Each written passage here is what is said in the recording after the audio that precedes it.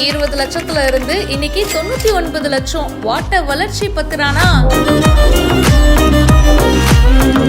நம்ம சென்னையுடைய செல்ல பிள்ளை மதிஷா பத்திரானா இப்போ லங்கன் பிரீமியர் லீக்ல அதிக விலைக்கு ஏலம் போன வீரரா மாறி இருக்காரு.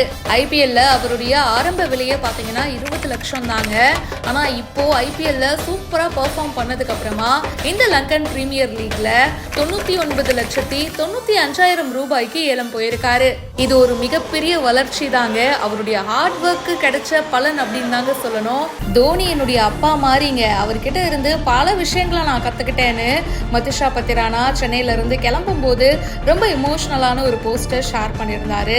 அவர் மட்டும் இந்த சீசன் இருந்திருந்தாரு, இந்நேரம் நம்ம ஃபைனல்ஸ்க்கு போயிருப்போம். சரி, ஓகே விடுங்க.